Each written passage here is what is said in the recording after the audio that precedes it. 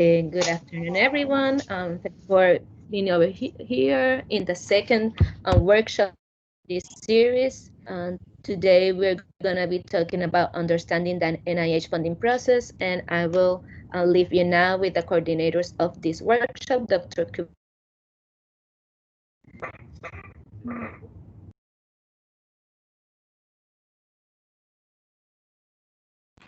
Hello everyone, make sure that you use the link in the screen to register your participation in the meeting.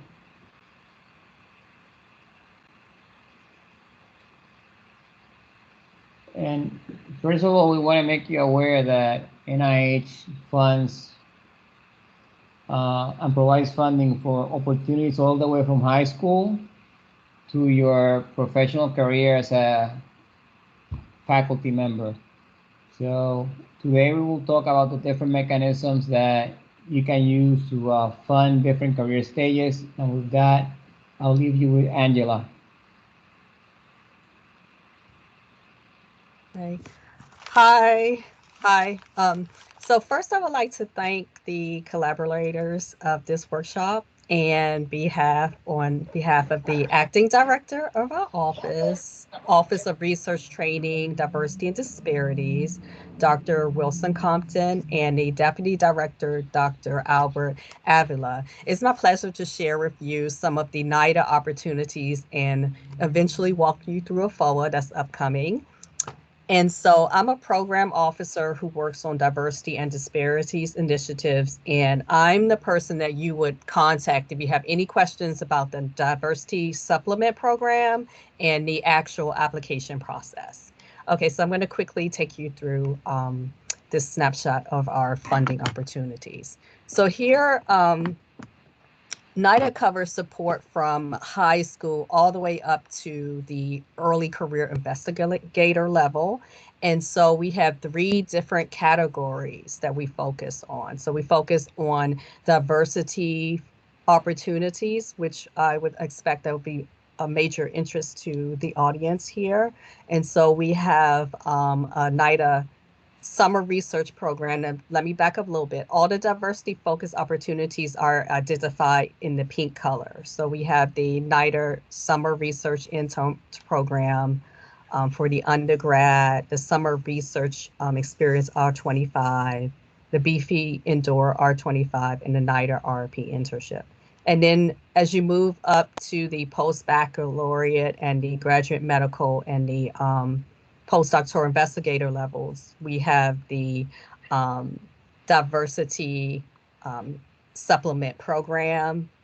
And then we also, I'm not going to go over all these, it's a lot of mechanisms. So if you have any questions, you can just email me and I'll give you my contact information. And so we also have individual awards, and those are indicated by the green color. And then we also have institutional awards. And so, next slide. And so here is my contact information. So if you have any questions, because I went over that previous slide really fast, please reach out to me and I'll be happy to answer your questions. Thank you. Yeah, next slide. Feel free to stop us at any moment during the presentation and we will answer questions.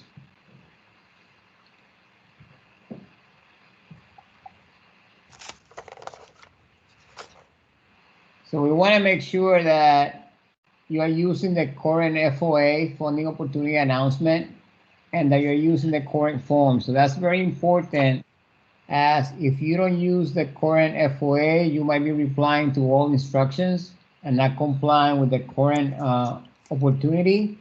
And if you use the old forms, when you come and hit the button to submit, the application will not go through. I also want to remember everybody that NIH strongly encourages you to contact the program officer to discuss the application that you intend to submit. The program officer will let you know if the application and the topic is relevant to the institute. And if it's not relevant, they will try to send you to another institute where it'll be better receive. That way you don't spend time working on something that isn't going to get funded. And with that, I'll return you to Angela. So hi, everybody. This is Morales. And in this section of the course, we are going to teach you how to read a FOA, which you now know stands for Funding Opportunity Announcement. And the two FOA numbers here on the slide are PA 2222, which is the Diversity Supplement, and PA 18592, which is the Reentry into Research Career Supplement. We're about to go through the entire FOA for PA 2222, section by section, and teach you how to read and interpret the language there. This FOA is just about ready to be replaced with a new version that will really only differ in the instructions on how to submit an application, not in the actual FOA language itself. Angela? Hi. So I'm going to start with like the general point of the diversity supplement FOA. So that is the PA 2222. And so FOA stands for Funding Opportunity Announcement. So the general point of this FOA is to enhance the diversity of the biomedical workforce by providing support for high school students all the way through early career investigator stage. And so the point is to increase their representation because they're underrepresented in health-related research. And so for your information, different institutes support different career stages. So you want to reach out to the program officer or staff contact listed in the FOA table before submitting your application.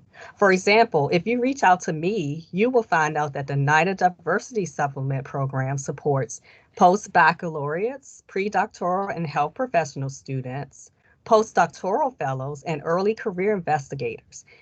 But in contrast, if you reach out to someone at NIMH, you will find that they support diversity supplements through the entire career stages, all the way through the early investigator stage.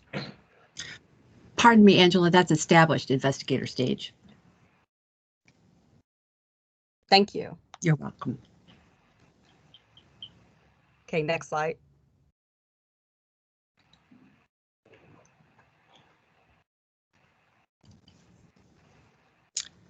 Angela, thank you very much for that brief overview. So in a later workshop meeting, you will learn how to use a federal database that contains all the funded research projects.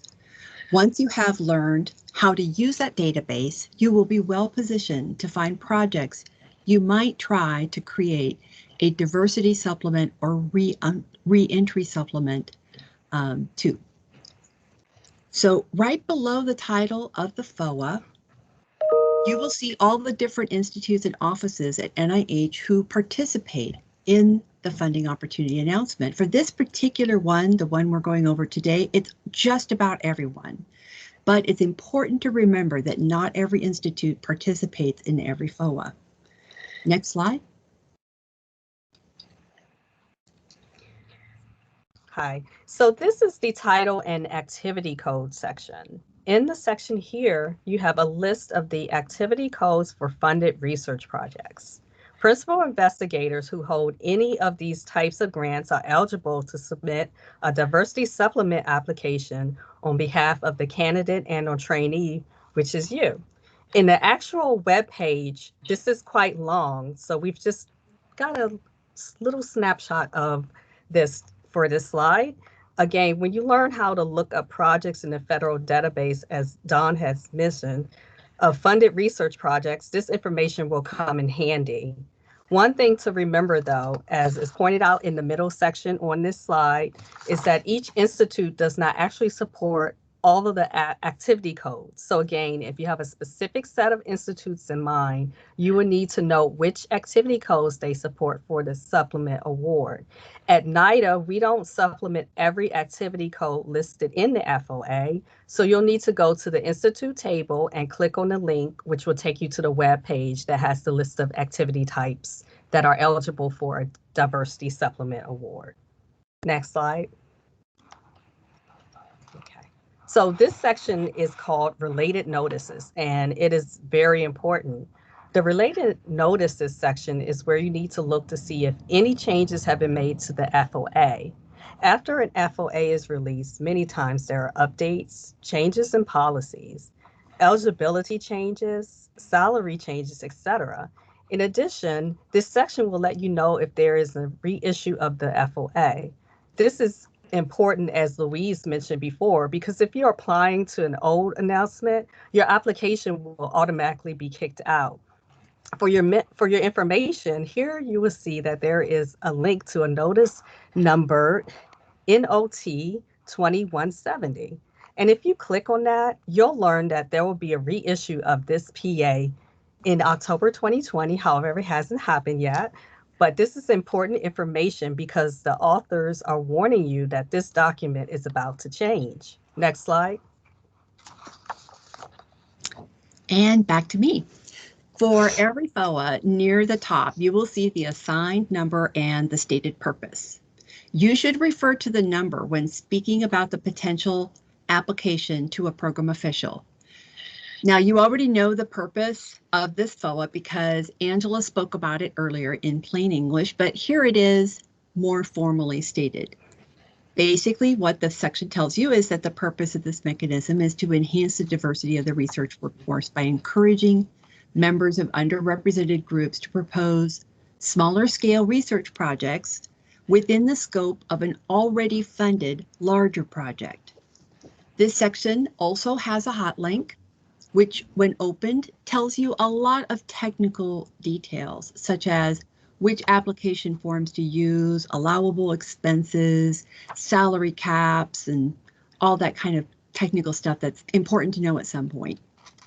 Next slide, please. This next section has the key dates.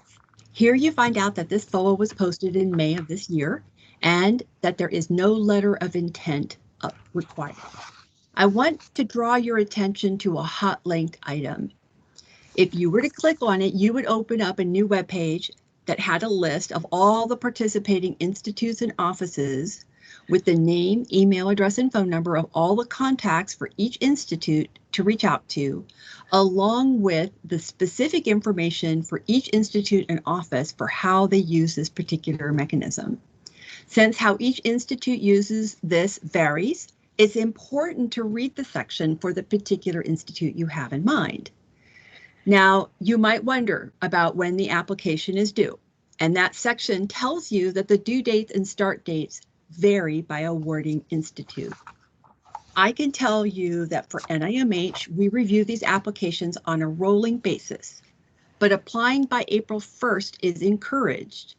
Recall that the federal fiscal year ends at the end of September.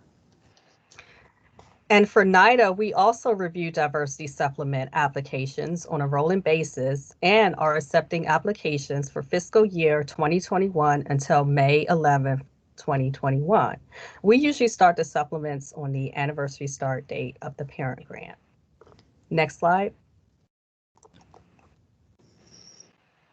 Okay, so here we have the required application instructions. So after that, there's a hot link table of contents in part 2, and there is a description in detail of what this PA is all about. So as you scroll down, you'll see a section marked off with letters of the alphabet, and here are the eligibility criteria. So in the section, you are eligible if you are an individual from an underrepresented group that's been indicated by the NSF. So you have to be underrepresented in health-related sciences as indicated by NSF. Also, as you scroll down, you'll see that there are several different eligibility criteria, including people with disabilities, people with disadvantaged backgrounds, where they meet the criteria listed. So you can see we're eligible for like federal free and reduced lunch program for 2 or more years, or have had no parents or legal guardians who completed a bachelor's degree, and so on. Next slide. Dawn, you're up. Thank you, Angela. Yeah. Here we have the award project period. Basically, there are a bunch of rules about how much time needs to remain on the project award. And these rules vary by institute and I think by mechanism as well as career stage. Basically, rather than trying to read through everything, I strongly encourage you to contact the relevant program contact.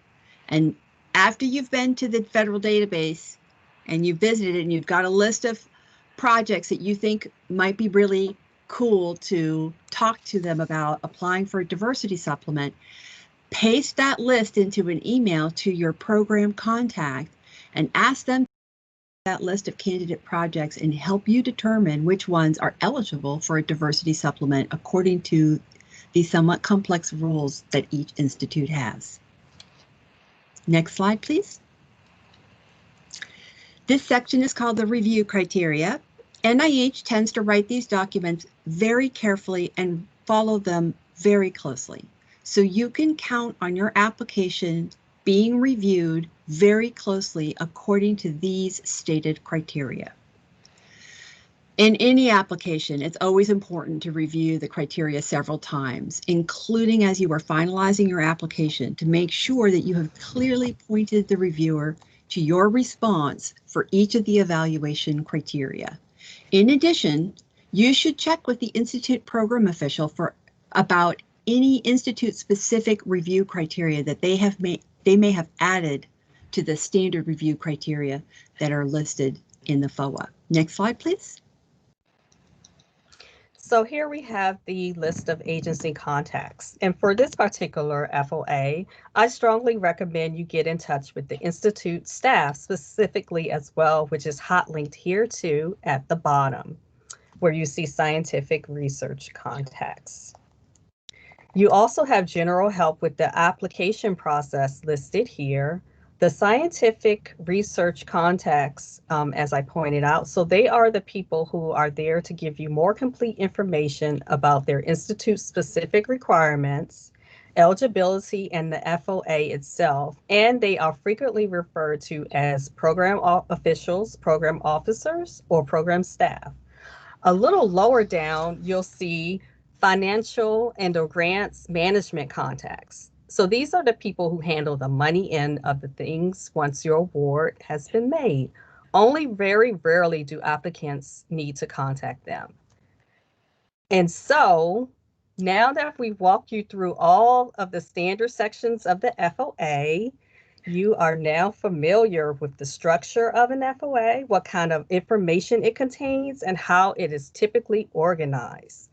Obviously, this is a long, complex document, but what I want to point out is that all funding opportunity announcements at NIH follow the same structure. Thus, once you start reading a few, you can start picking up the knack of figuring out where you need to get the information you need. However, if you do come across anything that you aren't sure about or need additional information, please do not hesitate to reach out to the Institute staff or program officer. They are here to help you via email and phone and want the PI investigator to submit a strong diversity supplement on your behalf. Back to you, Dawn. Super, thank you. So, next slide, please. Before we go on, does anybody has any questions? Yeah, this is the how to read the FOA section of the webinar. So, questions, anybody? Chat or verbally?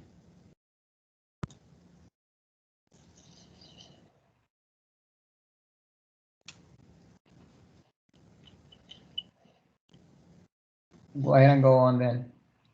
All right then, thank you.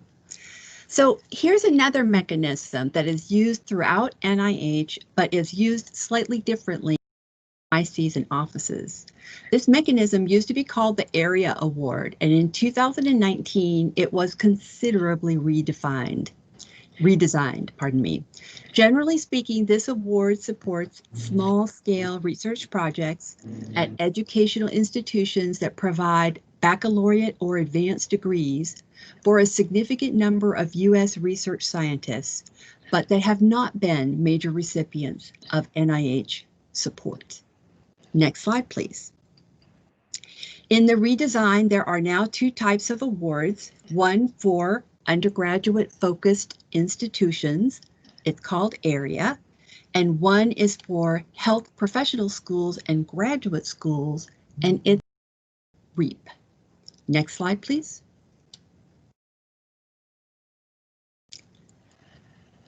So the goals of the R15 for both area projects at the undergraduate level as well as REAP projects at the advanced level are to support meritorious research, expose students to research, and strengthen the research environment of the institution.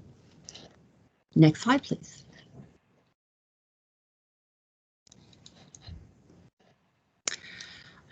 There were quite a few changes made, as I mentioned earlier. One major change is that there is no longer a parent announcement where all the ICs and centers who want to participate sign onto a single FOA and they're all listed on it.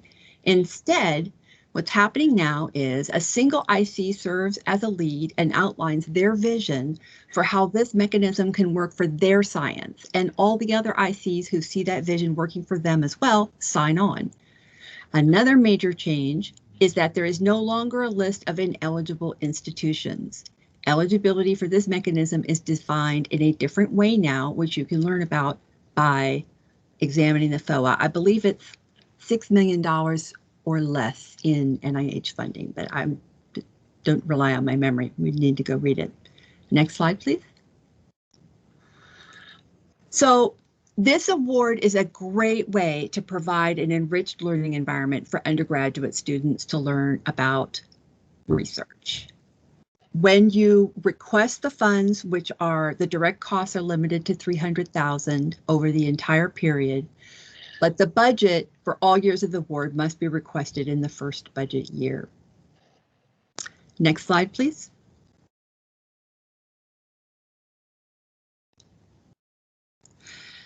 If you're curious to learn more, something that is generally true about NIH is that we tend to put an awful lot of information on the internet for the public to see. In this slide, you'll see that I've got hot linked a report showing how many awards were made, what the success rates were, and what the total funding was for all areas and REAPs at NIH by IC. And there's also a link to all the active R15 funding opportunity announcements. A little later on in this course, you will learn how to use Reporter, which is hot linked at the bottom of the slide. Basically, what this will bring you to is a publicly available database of presently funded NIH projects. And so in this way, you could go see all the currently funded R15s at the moment. You might even see a funded R15 at an institution where you have colleagues that you know, and you can write to them and ask them what it was like. Next slide, please. So this is a very NIMH specific slide, and it outlines for you the R15s that were signed on to by NIMH for the area and the REAP. And at the bottom of the slide, I have shared some information about how NIH defines a clinical trial. When you look at the titles of the area and REAP FOAs, you'll see that they all have something like clinical trial not allowed, clinical trial required. In other announcements, you'll see clinical trial optional. So what I can say is that you have to pick up a FOA based on whether you're planning to submit an application that includes a clinical trial or not, in most cases. And it is true that your intuitive definition of a clinical trial may be a little bit different from the NIH definition of a clinical trial. So I have the NIH definition hot linked at the bottom of the slide, and I urge you to once you have a rough idea of the project you have in mind, review that NIH definition and consult with your program official to make sure that you pick the right FOA to submit your application under. Next slide. And that'll be me. So if you're paying for your loans that you use to pay for your graduate school or any other, educational debt, and you wish that somebody will pay for them, there's a program for you. And that program is called the NIH Loan Repayment Program. That's 5 different notices explaining the program based on what area of research you're interested in. And I have the notices listed there. The deadlines are annually and they start in September the 1st. So you can still have an opportunity to apply to the link that is there on the slide. And the idea is to recruit and retain qualified professionals in biomedical research. You have to be a U.S. citizen, national or permanent resident, and the amount of debt that you have has to be in excess of 20% of your salary. And they will pay up to $50K a year of that qualified educational debt.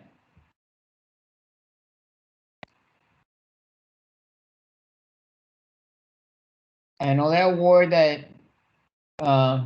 is beneficial if you're starting your career or you want to change the area of research that you're in is the Mentor Quantitative Research Award. So let's say that you have a background in math, stats, chemistry, physics, informatics, and you want to do some biology research. This funding opportunity will give you the training that you require, or the opportunity to get the training that you require to become more knowledgeable in biological research. And the good thing about this opportunity is that it also funds individuals with master's degrees. A lot of persons that work in informatics, they didn't do a PhD, they only have a master's. And this funding opportunity will provide them the funding that they need to obtain further training. Another opportunity that is relevant to the Genome Institute and NIDDK is the small grant for new investigators to promote diversity. This announcement is going to expire next year, but it's expected to be renewed. But at the moment, the last time that you can apply on this FOA will be February. So take advantage of the opportunity. Pretty much, it's a restricted pool of individuals that can apply. So your competition is going to be limited to individuals that are at your same level. And it will provide up to $125K per year for up to 3 years.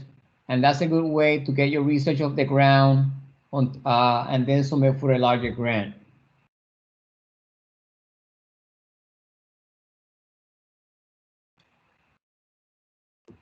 If you're a student or if you have students in your lab, then you should look at the F31 diversity. This funding opportunity will provide funding for PhD students to conduct a dissertation research. And you might be saying, but I don't have an R1 investigator in my institution to be a mentor. You don't have to have an R1 investigator at your institution. You can have a local mentor and an external mentor that will provide that backup to the student training. Once again, the person must be a citizen or national. They must be enrolled in a PhD program, and they must be from a diverse background. The funding will provide stipend, tuition, fees, health insurance, research supplies, equipment, books, and travel to scientific meetings. So it's a very good way to fund your students and also to establish some good collaborations that your students can be going back and forward between labs while they're doing their research.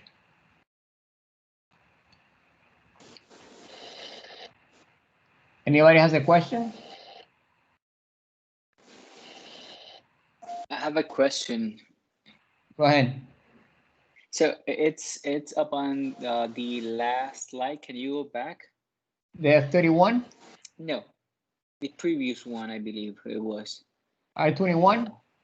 Yeah, the R21. So in the eligibility section, it says that it has not competed successfully as a program director or PI at any NIH Independent Research Award. What does competed successfully, like winning a grant? Yes. Okay, so if I have submitted a few before and they have not been granted yet, I may apply to these R21 grants. Yeah, you can have submitted as much as you want. If you haven't not received anything, you can still apply. Okay, great. Great, So, thank you very much. You're welcome.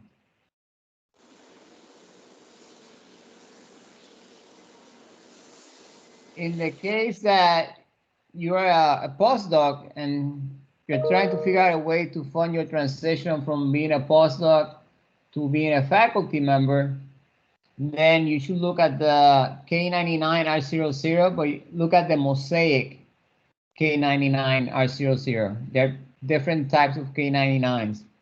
This one is for individuals from a diverse background, so it will limit the competition that you'll be facing. You have to be in a postdoctoral training. You have to be from a diverse background. Very important that you cannot have more than 4 years of postdoctoral research experience. Do we have a question? No? Okay. I see a hand up. Amaya? Yes, hi, how are you? I have a question similar, but this is for the previous one, for the 222, the PAR 19222, the faculty one, the R21. Yeah, exactly. So I just Googled it and I see that the institutions that are participating in this particular one, not the renewal, there are only two, the NIDDK and the NHGRI. I work on mental health. Is there something similar for that area, for those institutions? Dawn, that's all you. I wish I could say the answer was yes, Amaya, but what I would love for you to do is write me an email expressing hope, just pointing out that you were interested in this and did we have something else. I would love to be able to use that email for my own purposes, if you don't mind. Thank you. You're very welcome. And that's all there are 21s at NIH. So maybe you will be able to apply for something different. I would also help you find the right mechanism with us. Thanks. I was planning on applying on an R21 on autism research. So I don't know if the autism PA would be better than a diversity one. But I didn't know this existed. It's great. Thank you.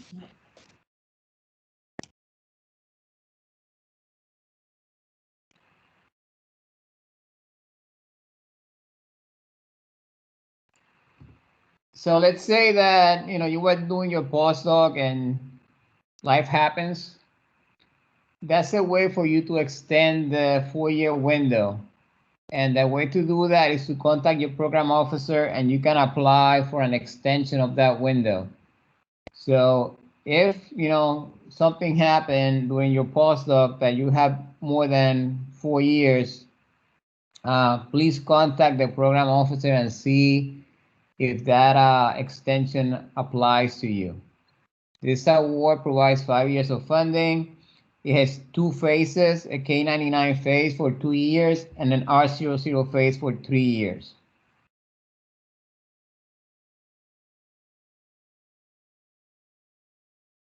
Sidela? Hi, everyone. I'm Sidela, and I am from the National Institute of General Medical Sciences. Specifically, I'm from the Division of Training, Workforce Development, and Diversity.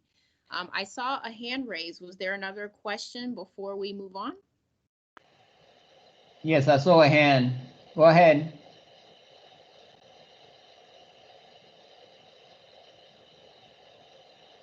Maybe not. Okay, go ahead, Sidela. Okay. So I wanted to talk to you about some of the programs that we have in TWD.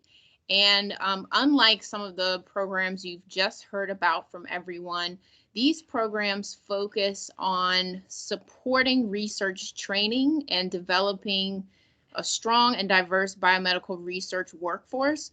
So these programs, most of the programs I'm going to talk about now are if you have an interest in training a lot of your students, supplementing their career development, their professional development, their research skills, getting them ready to move on to the next part of biomedical research workforce.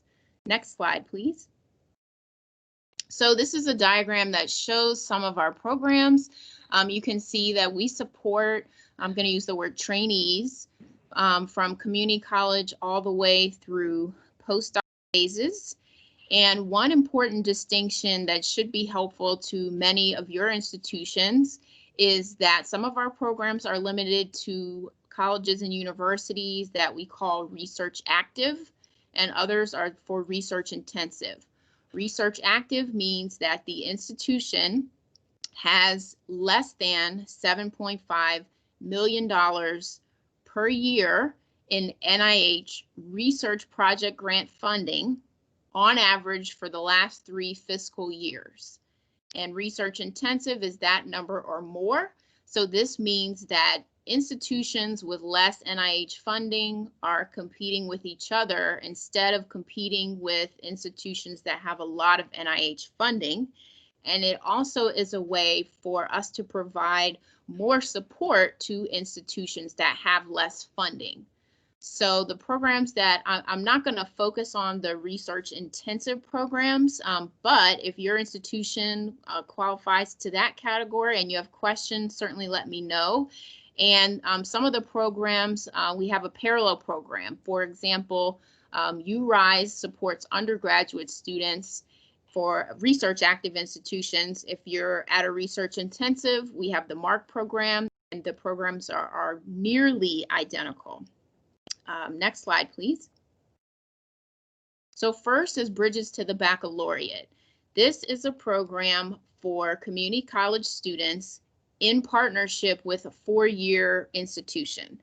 So the 4-year institution, one or more, partners with one or more community colleges, and the goal is to help the students transition from the associate's degree or the 2-year program of study over to the 4-year program of study in a STEM major. And so this is about having a partnership with these institutions, and it is about making sure the students have a smooth transition, the students have research experiences, the students get a stipend, they get some of their tuition and fees covered by the grant, as well as some travel for conferences. So this is a program, again, to kind of help smooth out this transition. And it's a partnership with at least 2 or more institutions. Next slide, please. Similar to that is Bridges to the Doctorate, and the goal here is for students that are earning a master's degree to transition to a PhD. So the students need to be enrolled in a master's program at an institution that only offers a master's degree as the highest degree in a biomedical field. And then they would go to a research intensive institution to complete the PhD. So again, this is a partnership, and this program, similar to Bridges to the Baccalaureate that I just talked about, the goal is to strengthen our pool of diverse students. So both of these, as well as the other programs that I'm going to talk about, are diversity enhancing programs. These are programs to focus on students from diverse backgrounds. And again, the students get a stipend, some tuition and fees, travel. Next slide, please. So next we have URISE, which is an undergraduate program. So again, this is for a diverse pool of undergraduates that are earning their baccalaureate degree and are interested in a research-focused career and want to earn a biomedical PhD or an MD PhD. So the students, again, earn stipends, tuition, they have summer research, they have some travel money, And URISE is only for institutions with that research active definition that I mentioned before. Next, please. So GRISE is similar to URISE, but it's for students earning a PhD at a research active institution. Again, it's for a diverse pool of students. So the students in all these programs should be focused on students from an underrepresented or disadvantaged background. And again, the students receive benefits, and all of these programs, your program design would include a lot of support for the students. Professional development, career support, skills training. So the students are engaged in research. They are in a cohort with other participants in the program. We expect the programs to strengthen concepts such as science identity, creating a sense of belonging, as well as the research skills needed to succeed in biomedical research careers. So that is something that you would see in all of the programs that we have in TWD. Next, please. Does anybody has any questions about these programs? I know that a lot of people apply to them.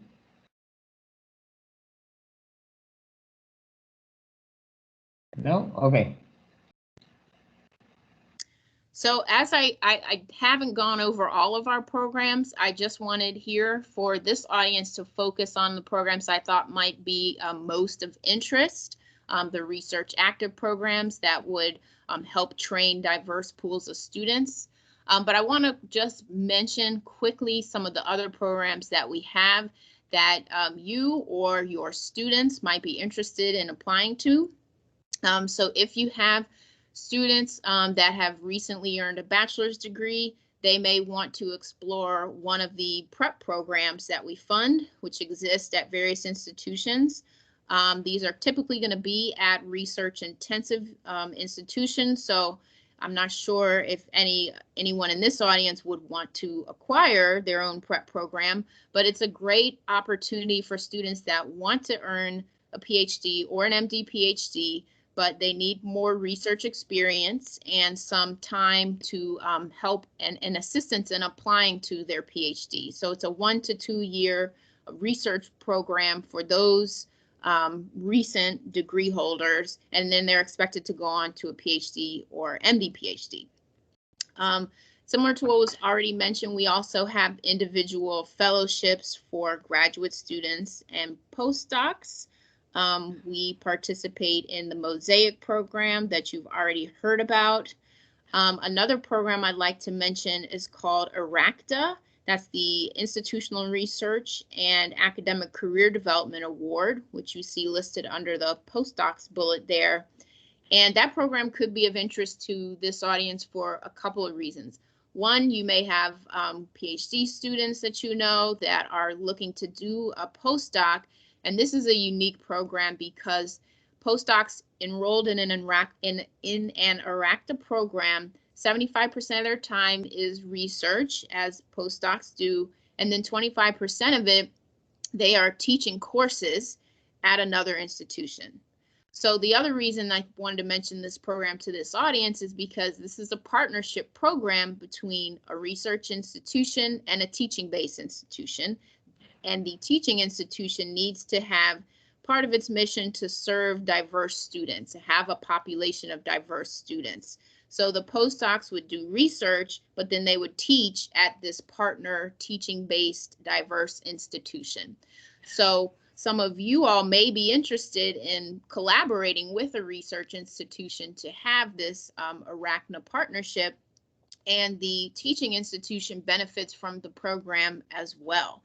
They have now this postdocs to help with teaching and imparting new research ideas, additional research ideas to their students as undergrads at the undergraduate institution.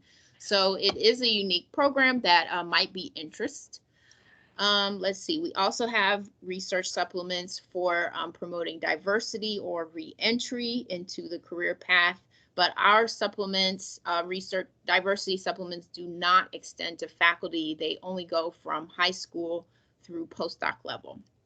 And a couple more programs for faculty. In particular, the first one you see there, research to understand and inform interventions that promote the research careers of individuals in the biomedical sciences.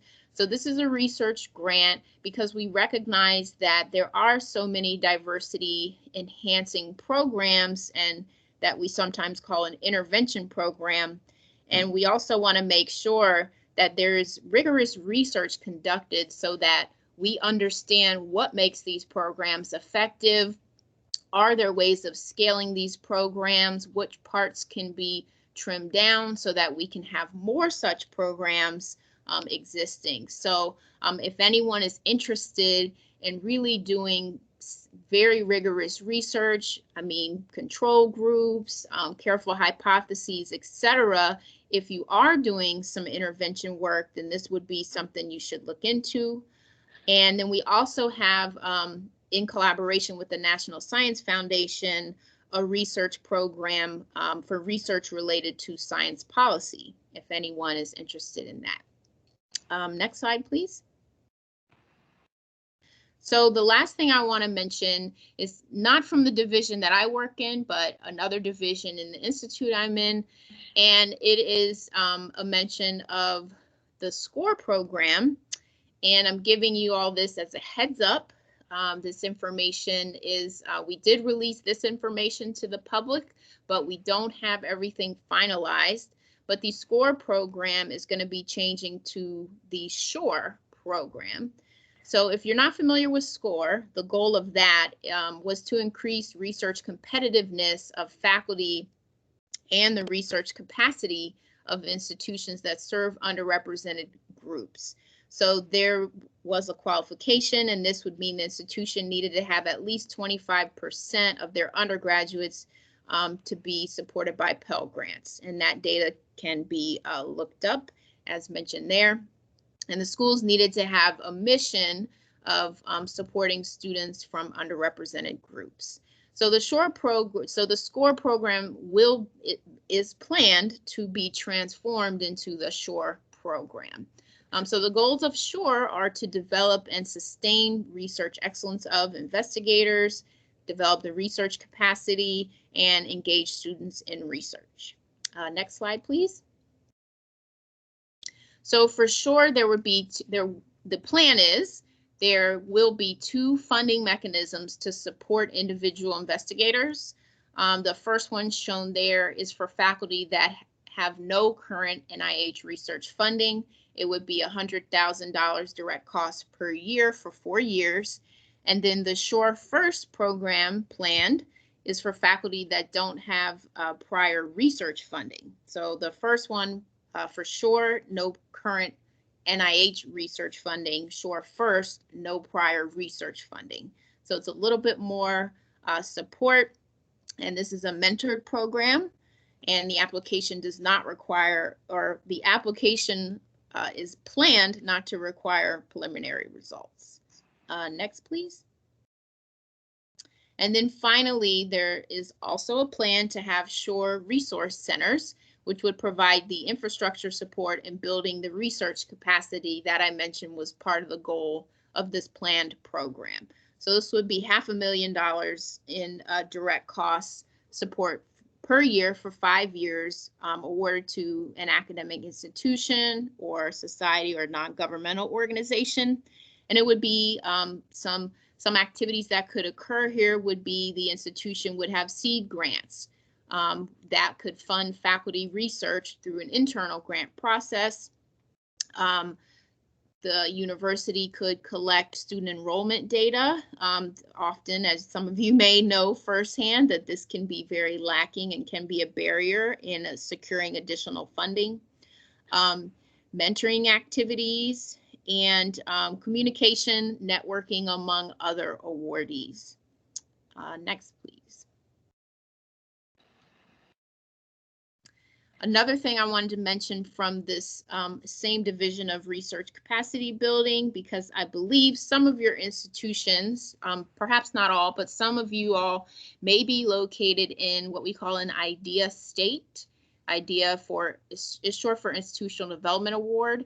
And this is a congressionally mandated program that recognizes that some states and regions, territories in the U.S. have historically had low levels of NIH funding. So there are programs restricted to these states and territories, which you can see shown on the map shaded in blue. And these, there are, I think, 3 different IDEA programs, and these would support research, faculty development, and infrastructure. So again, the recognition here is that these areas have not had a lot of NIH funding compared to other regions of the country. And one of the downsides of this is that this facilitates communities that are not served medically to the same capacity that they should be. Next, please. So there's the website there, and I'm listing here the contact information for Irina, and she is the IDEA program director, and as well as SCORE, because as I mentioned, the SHORE program is not finalized yet, but if you have questions about it, you can contact Irina because she works on the SCORE program. And next slide.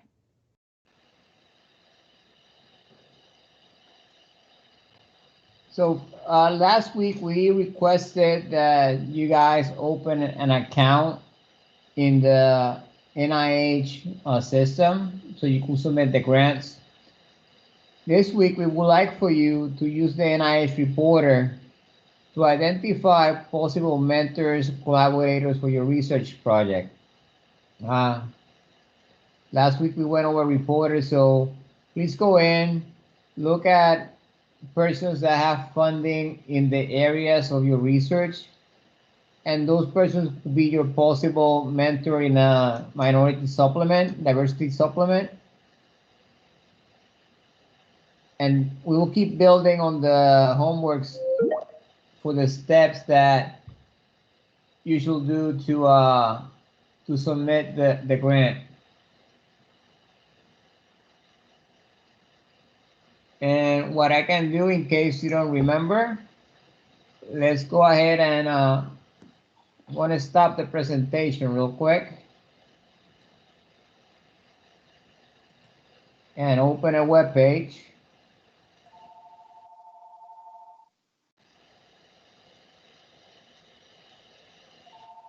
And type NIH reporter. Go to reporter. And can somebody tell me an area that they're interested in? Louise, would you share your web page with us? The slides are still up. Yes. Okay, let me. Would you like me to share mine and I'll do the typing while you do the talking? Can you see it now? I think it's coming up. Yes. Okay. Great. So, well, I guess the last any topic that anybody wants to search for.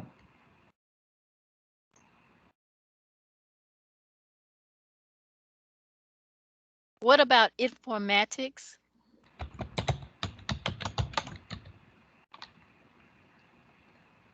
How about give me informatics in what?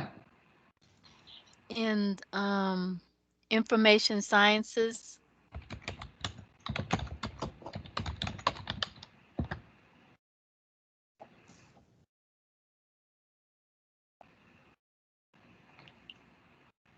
So these are grants, and as you can see, there are many of them that are related to informatics and data science. So for example, cyber infrastructure enhancement core. Louise, would you zoom in just a little bit, maybe 125% or so?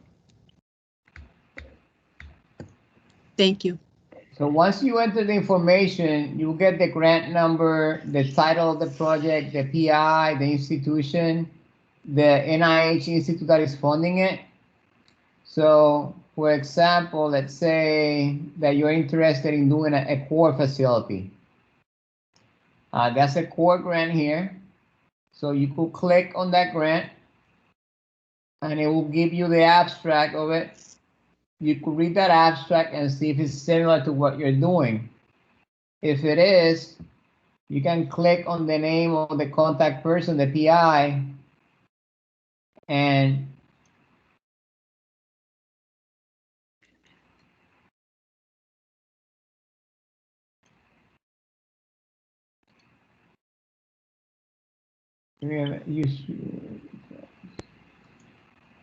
here we go. And you are able to contact the person.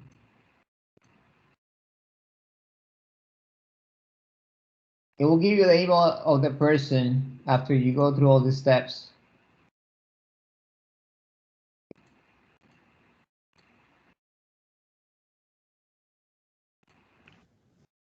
And you can write that person and let them know of your interest in doing something similar and see if they're willing to be your collaborator or your mentor. You can further limit the hits that you get by selecting the IC that will fund that research. So you will have to look for the 2-letter code of the NIH, enter the 2-letter code, enter the topic that you want, and go ahead and do submit query once again. By the way, if you Google for it, you can find a web page with all the NIH acronyms on it, including all the 2-letter codes for each of the institutes. And let me go back to the presentation. Forgive me, conduct an internet search, not Google. It's not actually a verb.